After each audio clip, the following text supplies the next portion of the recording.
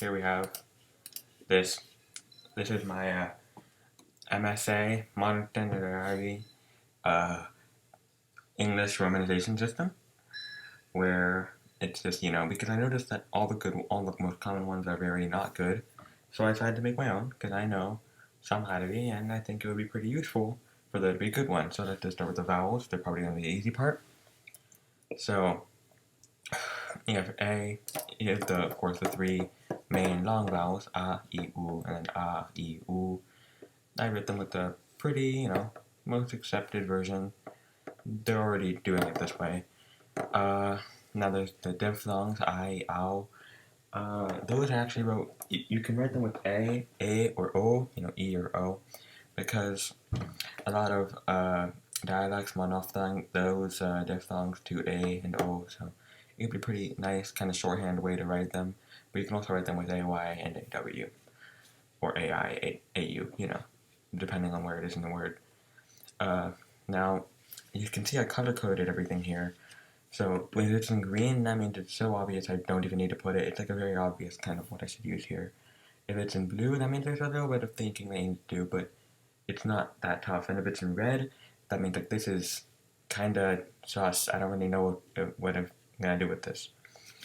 So you can see, C, V, and C, V, X, a P, G. These letters are like tough because the Arabic doesn't have exact correspondence to these. Like, I guess X, no one has an exact correspondent to that because it's not really a letter with one set meaning.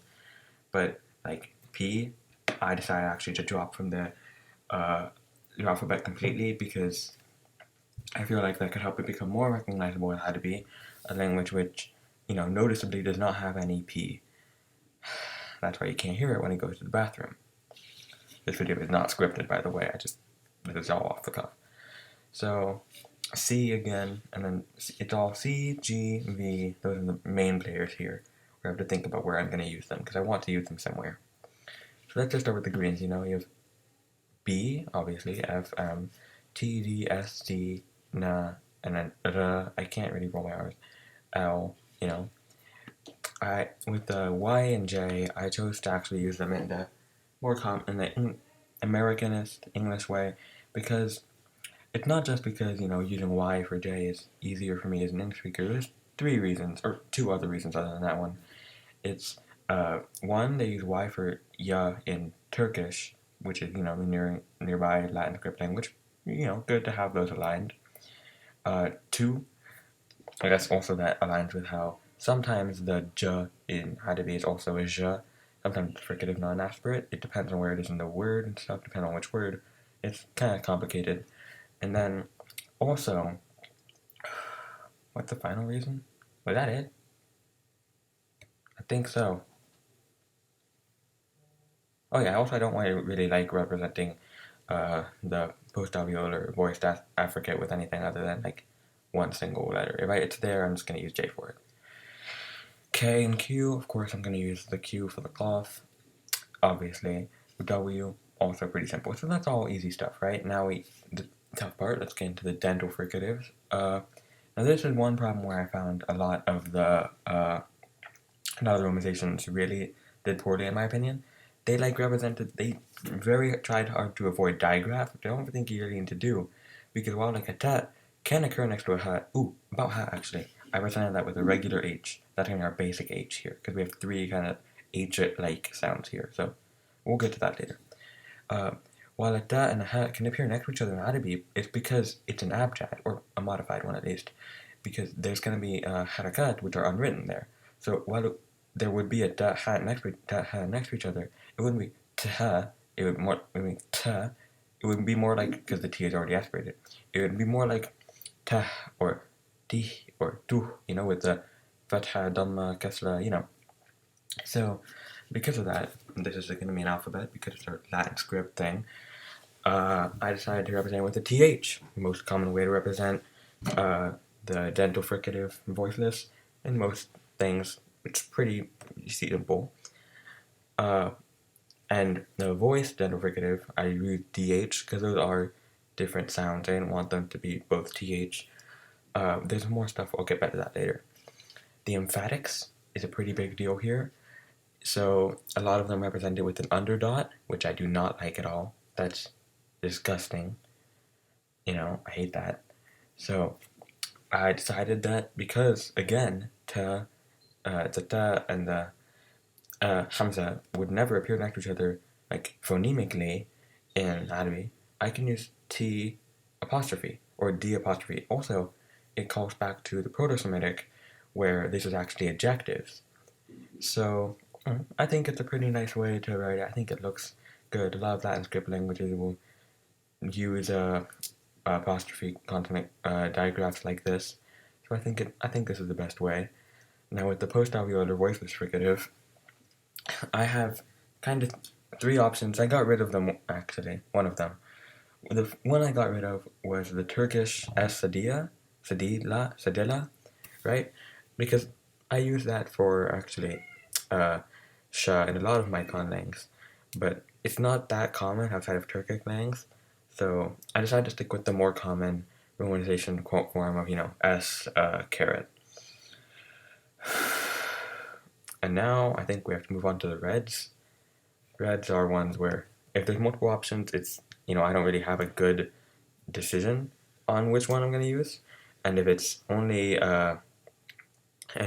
one option, then I'm like not really sure about it. I'm very rocky about this kind of thing.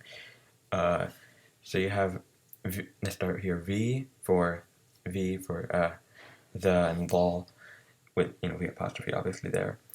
I use that because Arabic has no voiced labial fricative. It has none of that. It doesn't have that. And some dialects, only in Turkey really, like fringe ones, pronounce the dental fricatives like labiodental fricatives, right? So like Cockney. So here we have. It's like kind of like a shorter way to write it. I'm not sure. I might need to do this because I do not want really a trigraph in this. I think it looks okay, but it's just I'm not really sure. Let's hop over here. I using X for ha is not that controversial. I don't know if it should really be read, but just because we're not really sure, it's one of the three like H like sounds here. We're not really sure. G I used for ra because I don't really like it when letters are only used in digraphs in languages. I thought you know using G to represent ra instead of gh or something like that, it'd be pretty useful. I think like the romanization systems often write it with G over dot, which like I don't think you need to do because like there's no G without over dot, right? So why would you put an over dot on a letter that's not even in the language or the script? Sorry. Then there's a glottal stop with an apostrophe. I'm okay. I'm not the biggest fan of how apostrophe for glottal stop looks, especially because it's a different kind of letter. In Arabic, it's like more of an actual letter, also kind of not a letter. It's a thing, but it's not like a lot of languages where it's like barely a letter. It can fit into Semitic roots. It can be a member of the root. So I'm not really sure. Now we get to the real toughies. Also on the side, C for sha. I don't I don't actually like that at all. It feels very conlangy, which is not something you want in a romanization system, obviously. But C for sha, it's just there as an option if you hate S caret. Now we have ha and ain. Ha nine, yeah. So first one, straight from Maltese, and also IPA, of course, is the H bar. I mean, I'm okay with how it looks. I'd say that if out of any of these, this is the most default. One of these, actually, I forgot to update this image. I don't know. I thought it would be here. It's the letter set number 7. I know it's weird, but we'll get to that. C I used because it looks kind of like the original letter ha and Haribi. I'll maybe edit this video and show you a picture, but like, I think it's good. I think using the letter C in unorthodox ways is a good thing. You should try that. And also I use ha, like XH, because it's in between the ha and the ha. So I'm like, it could be working. It's actually my least favorite out of the 4. Last one is number 7. Straight out of Harabizi. Harabizi is the kind of Arabic text message, WhatsApp kind of thing they use online, more in a more casual context than an actual romanization system. There's no set rules or anything. Depends on kind of who you talk to. 7 is how they usually write hat there, again, because of how the letter looks. So, also there's number 2, which is basically how the letter looks, just flipped upside down. So, you know, this one's kind of tough, a little bit tougher than Ein, because Ein I already have 3 good options. First of all, you have the Latin letter, Ein, which the is a letter that I don't think any Latlings use, but it's a letter that's made to represent this sound. So it's like perfect for this, right? Then you have epsilon, which looks exactly, almost exactly like the sound, reverse version of the sound, you know? Or no, it looks exactly like the sound. Yeah. We have epsilon, also a good one. I actually used this in one of my conlangs with the voice pharyngeal fricative. Then there's C. Somali actually uses the letter C like this. So, you know, that works. Not uses it. It's technically naturalistic. I mean, it's probably my favorite use of the letter C here, but it's just a little silly. Then there's edge, which I did because that's reversed in, which is reversed edge. So just for simplicity's sake, way easier to write than in. Then there's number 3, again, straight up out of easy. The numbers are very like E. We're probably not going to use them. They're just there as kind of an option for casual speech. Like when you're talking casually, when you're just like writing this stuff casually, you can probably write the hat with a 7 and the 9 with a 3, you know? It's not really a problem. But in like more formal context, like Wikipedia or a paper, I'd say use H bar or ein, right? And I don't know if there's anything left else to mention. Uh, Let me just see. No, yeah, I think that's it. I'm just gonna come back. I did not use the letter P anywhere here, just because I think Hadabi is like, the fun thing about it is that it doesn't have a P. Hadabs don't pronounce the P. They call it like, the car Peugeot, the French car is called a Peugeot. It's a parking lot. It's a kind of fun in joke, right? Uh, and you might actually wonder like, oh, what about the letter V, or like they don't have the ch, They can pronounce that actually.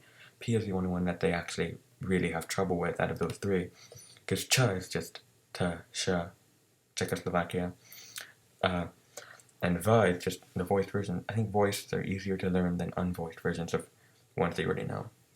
So, anyways, yeah, that was my IB. Uh, I hope you can see my mouse throughout this, so it's not just like audio and then just an image. Maybe I should have like written stuff here or something, but yeah, that's my anti-romanization system. I am actually gonna take this seriously because I hate the already existing ones. Like walls is disgusting. Never put a diacritic on a T in general, except for maybe T-bar. They all look disgusting. All right,